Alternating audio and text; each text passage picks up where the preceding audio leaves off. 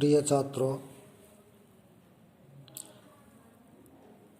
आज मेरा प्राचीन भारत के इतिहास विषय पर एक महत्वपूर्ण व्याख्यान है। व्याख्यान का नाम है महात्मा बुद्ध का जीवन और उनके उपदेश। इनकी आपको मैं विस्तार से विवेचना कर रहा हूँ।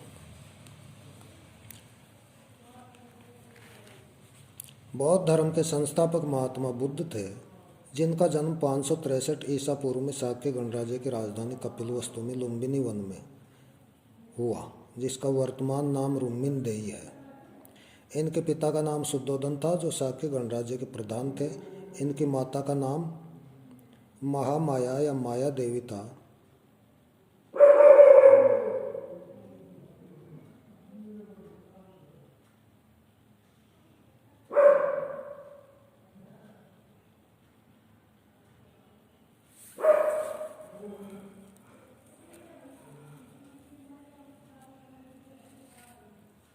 जो कोलीय गणराज्य की थी।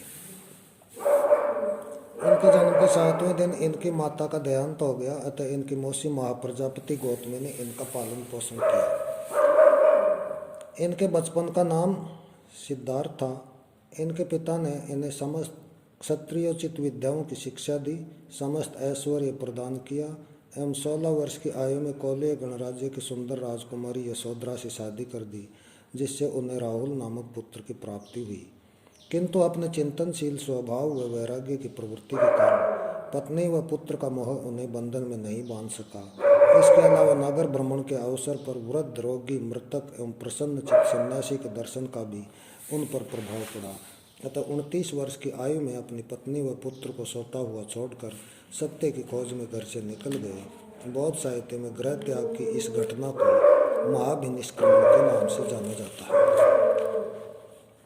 गृह त्याग के पश्चात महात्मा बुद्ध का संपर्क वैशाली के आलार कालाम एवं राजगृह के उद्रक्रामपुत से हुआ। इनसे इन्होंने सांख्य एवं योग की शिक्षा प्राप्त की। तत्पश्चात वे उर्वेला नामक स्थान पर कौंडिन्य आदि 5 ब्राह्मणों के साथ कठोर तपस्या करने लगे और भोजन व जल का सर्वथा परित्याग कर दिया, लेकिन उन्हें ज्ञान प्राप्त नहीं हुआ। अतः उन्होंने पुनः अन्न ग्रहण करना प्रारंभ कर दिया, जिससे उनके साथी उन्हें पथभ्रष्ट समझकर उनका साथ छोड़कर चले गए। साधना के अंतिम चरण में महात्मा बुद्ध बोध गया में पीपल के वृक्ष के नीचे समाधि लगाकर बैठ गए, जहाँ वैशाख पूर्णिमा को दिव्य ज्ञान की प्राप्ति हुई। तत्पश्चात इस स्थान का नाम बोध गया, जिसका पहले नाम उर्वेला था, वह इस वृक्ष का नाम बोधि वृक्ष पड़ा। बोध गया में ही महात्मा बुद्ध ने तपस्सु एवं मल्लिक नामक 2 बंजारों को अपना पहला धर्मोपदेश दिया। तत्पश्चात इन्होंने ऋषिपत्तन, जिसका दूसरा नाम सारनाथ मिलता है, वहाँ अपने उन 5 ब्राह्मण साथियों को अपना धर्मोपदेश दिया, जो महात्मा बुद्ध को छोड़कर चले गए थे। बौद्ध साहित्य में इस घटना को धर्म चक्र प्रवर्तन के नाम से जाना जाता है। तत्पश्चात इन्होंने राजगृह, कपिलवस्तु, कौशल, काशी, वज्जी, मल्ल, वत्स, कोलीय, मौर्य, अंक आदि जनपदों में धर्म प्रचार का कार्य किया।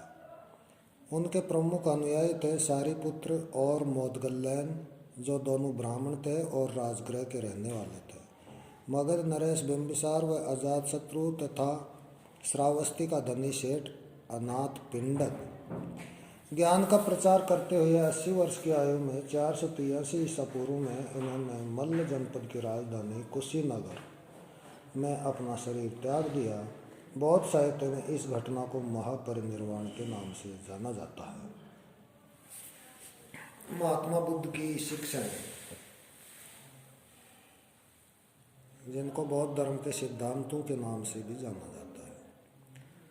बौद्ध धर्म की शिक्षाओं के मूल आधार त्रिपिटक है।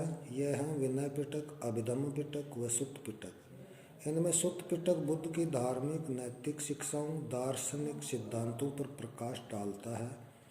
इसके विवेचन से ज्ञात होता है कि बौद्ध धर्म सरल व व्यावहारिक धर्म था उन्होंने आत्मा, परमात्मा, सृष्टि आदि के स्थान पर तात्कालिक समस्या दुख व उसके समाधान पर बल दिया। उनके अनुसार दुख ही संसार है और दुख निरोध, निर्वाण या मुक्ति है, जिसका मूल कारण अविद्या या अज्ञान है। दूसरे शब्दों में यह कहा जा सकता है कि अविद्या या तृष्णा से ही दुखों की उत्पत्ति होती है। अतः उन्होंने वेदों की मान्यता, यज्ञादि कर्मकांड आदि के स्थान पर मन की शुद्धि पर बल दिया। अर्थात मानव मात्र का कल्याण ही बौद्ध धर्म का लक्ष्य था। बौद्ध धर्म के मुख्य सिद्धांत या महात्मा बुद्ध के उपदेशों का विवरण इस प्रकार प्रस्तुत किया जाता है। नंबर 1, 4 आर्य सत्य। 4 आर्य सत्य बौद्ध धर्म की आधारशिला है। यह है दुख, दुख समुदय, दुख निरोध व दुख निरोध मार्ग। इनका संक्षिप्त विवरण इस प्रकार है। प्रथम आर्य सत्य दुख। बुद्ध के अनुसार जन्म, मृत्यु, बीमारी, बुढ़ापा, प्रिय का वियोग, अप्रिय का संयोग आदि सब दुख हैं। उनके अनुसार मनुष्य द्वारा दुख से रो रो कर जो आंसू बहाए गए हैं वे 4 महासमुद्रों के जल से भी अधिक है। दूसरा आर्य सत्य दुख समुदाय। इस आर्य सत्य में बुद्ध ने दुख के कारण बताए हैं। उनके अनुसार दुख का मूल कारण अविद्या या अज्ञान है। अविद्या तृष्णा या इच्छा से उत्पन्न होती है। तीसरा आर्य सत्य है दुख निरोध। महात्मा बुद्ध के अनुसार दुख के मूल कारण अविद्या और तृष्णा की समाप्ति से दुख का निरोध या समाप्ति संभव है। यह निर्वाण मोक्ष की अवस्था है, अर्थात सांसारिक विषयों से वैराग्य ही मुक्ति का मार्ग है। चौथा आर्य सत्य दुख निरोध मार्ग है। दुख के मूल कारण अविद्या एवं तृष्णा की समाप्ति के लिए बुद्ध ने अष्टांगिक मार्ग बताया है, जिसमें 8 अंगों की व्यवस्था है। वे इस प्रकार हैं। नंबर 1, सम्यक दृष्टि।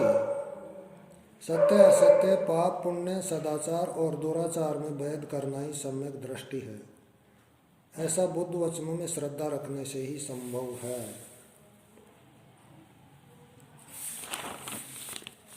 नंबर 2, सम्यक संकल्प। कामना और हिंसा से मुक्त संकल्प ही सम्यक संकल्प कहलाता है। नंबर 3, सम्यक वाक्। इसका अर्थ है सत्य, मृदु और विनम्र वचन तथा वाणी पर संयम।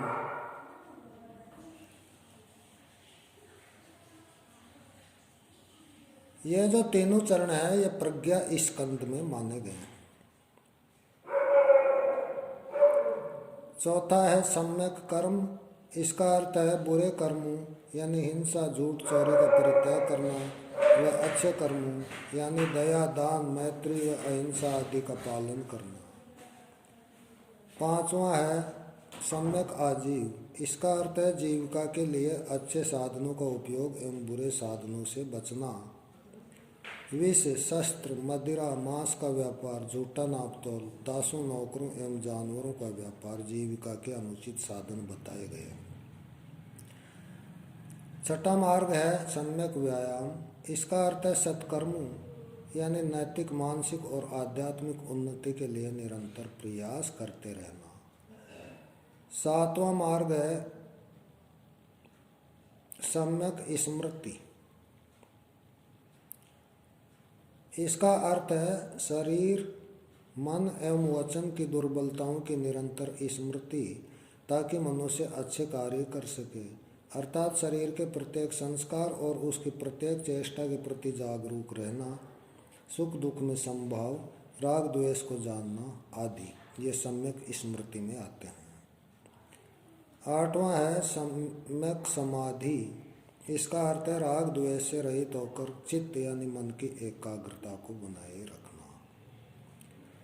तो इनमें सम्यक कर्म, सम्यक आजीव और सम्यक व्यायाम ये शील स्कंद में माने गए हैं, और सम्यक स्मृति और सम्यक समाधि ये समाधि स्कंद में माने गए हैं। इस प्रकार से बौद्ध धर्म में 3 स्कंद बताए गए हैं: प्रज्ञा, शील और समाधि स्कंद। महात्मा बुद्ध द्वारा बताया गया महात्मा बुद्ध द्वारा बताया गया अष्टांगिक मार्ग मध्यम मार्ग था जो विशुद्ध आचार तत्वों पर आधारित था।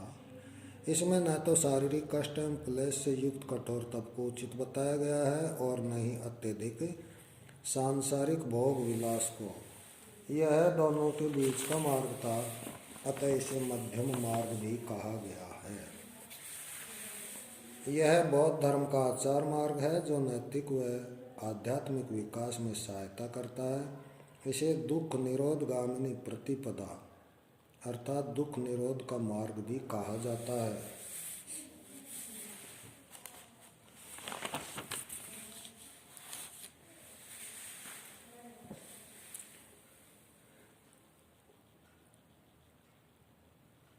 महात्मा बुद्ध की अगली शिक्षाओं में 10 शील आते हैं। बुद्ध ने नैतिक आचरण के 10 नियम बताए हैं जो इस प्रकार है: अहिंसा, सत्य, अस्तेय, अपरिग्रह, ब्रह्मचर्य का पालन, नृत्य व गान का त्याग, सुगंधित पदार्थों का त्याग, असमय भोजन का त्याग, कोमल शैया का त्याग तथा कामनी व कंचन का त्याग। ये 10 शील के अंतर्गत माने गए। निर्वाण। जैन धर्म की तरह बौद्ध धर्म का भी परम लक्ष्य निर्वाण, जिसको मोक्ष या कैवल्य कहा जाता है, माना गया है। निर्वाण का शाब्दिक अर्थ है बुझ जाना या शांत हो जाना, अर्थात सांसारिक तृष्णाओं के विनाश से ही निर्वाण संभव है। निर्वाण की अवस्था जीवित रहते हुए भी प्राप्त की जा सकती है। महात्मा बुद्ध का अगला उपदेश है कार्य कारण संबंध या प्रतीत्य समुत्पाद। प्रतीत्य समुत्पाद के सिद्धांत के अनुसार संसार की प्रत्येक घटना या कार्य के लिए अनिवार्य रूप से एक कारण होता है। कार्य कारण की इस श्रृंखला के 12 अंग बताए गए हैं जो संसार की उत्पत्ति का कारण है। अतः इसे द्वादशांग, द्वादश निदान या भवचक्र, संसार चक्र भी कहते हैं।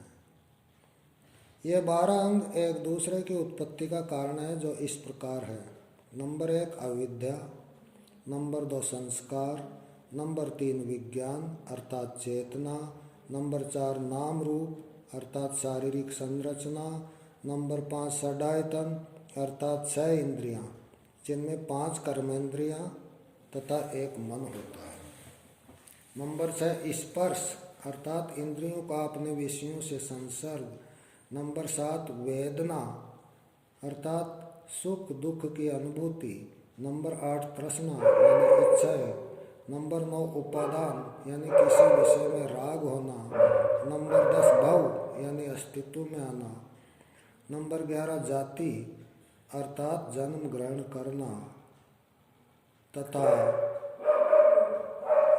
नंबर 12 जरा मरण जिसको दुख या संसार के नाम से भी जाना जाता है अर्थात वृद्धावस्था और मृत्यु।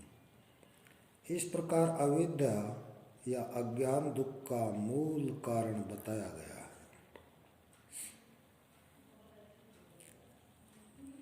अगली महत्वपूर्ण शिक्षा कर्म एवं पुनर्जन्म के संबंध में है। इस सिद्धांत के अनुसार मनुष्य जैसा कर्म करता है उसे वैसा ही फल भुगतान करना पड़ता है। पूर्व जन्म के कर्मों का फल इस जन्म में तथा इस जन्म के कर्मों का फल अगले जन्म में भोगना पड़ता है। अतः मनुष्य की समस्त शारीरिक, मानसिक एवं वाचिक चेष्टाएं उत्तम होनी चाहिए।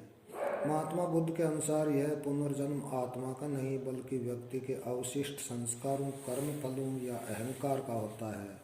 सांसारिक वासनाओं या तृष्णाओं की समाप्ति से जब कर्म फलों का पूर्णतः विनाश हो जाता है तब मनुष्य पुनर्जन्म के चक्र से मुक्त हो जाता है। आचार्य नागसेन के अनुसार पूर्व जन्म की अंतिम चेतना के विलय के साथ ही दूसरे जन्म की प्रथम चेतना का उदय होता है, यही पुनर्जन्म है। ये 2 अलग अलग नाम रूप यानी शारीरिक संरचनाएं हैं, लेकिन द्वितीय नाम रूप का उदय प्रथम नाम रूप में से ही होता है यह परिवर्तन इस प्रकार होता है कि विलय और उदय के बीच कोई व्यवधान नहीं होता। अगली महत्वपूर्ण शिक्षा है अनित्यतावाद एवं क्षणिकवाद। महात्मा बुद्ध के अनुसार संसार की कोई भी वस्तु नित्य नहीं है।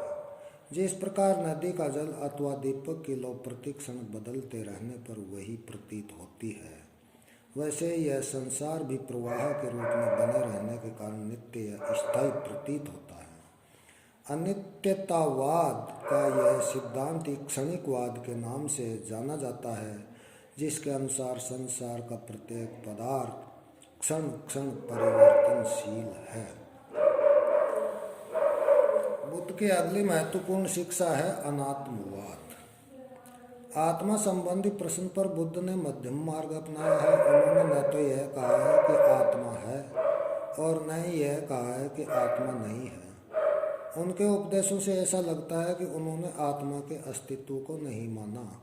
उनके अनुसार मनुष्य नाम रूप मात्र है और वह 5 तत्वों रूप यानी भौतिक शरीर, वेदना, संज्ञा, संस्कार और विज्ञान का संघात या मिश्रण मात्र है। यह सब अनित्य एवं अनात्म है। पुनर्जन्म कार्य कारण श्रृंखला का परिणाम है, जो पूर्व जन्म की अंतिम चेतना एवं दूसरे जन्म की प्रथम चेतना की स्थिति है, अर्थात पूर्व जन्म की अंतिम चेतना से दूसरे जन्म की प्रथम चेतना का उदय ही पुनर्जन्म है।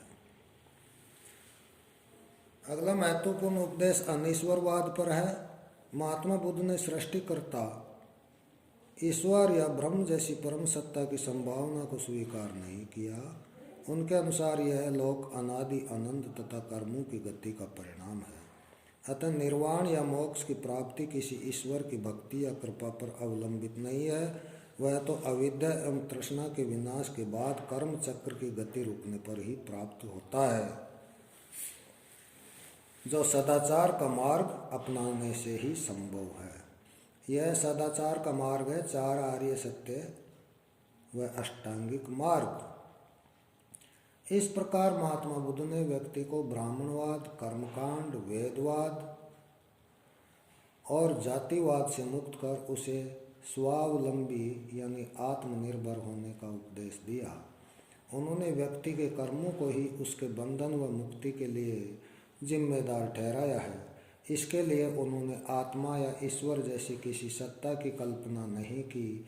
व्यक्ति सदाचार का मार्ग अपनाकर पुरुषार्थ कर मोक्ष या निर्वाण प्राप्त कर सकता है। धन्यवाद।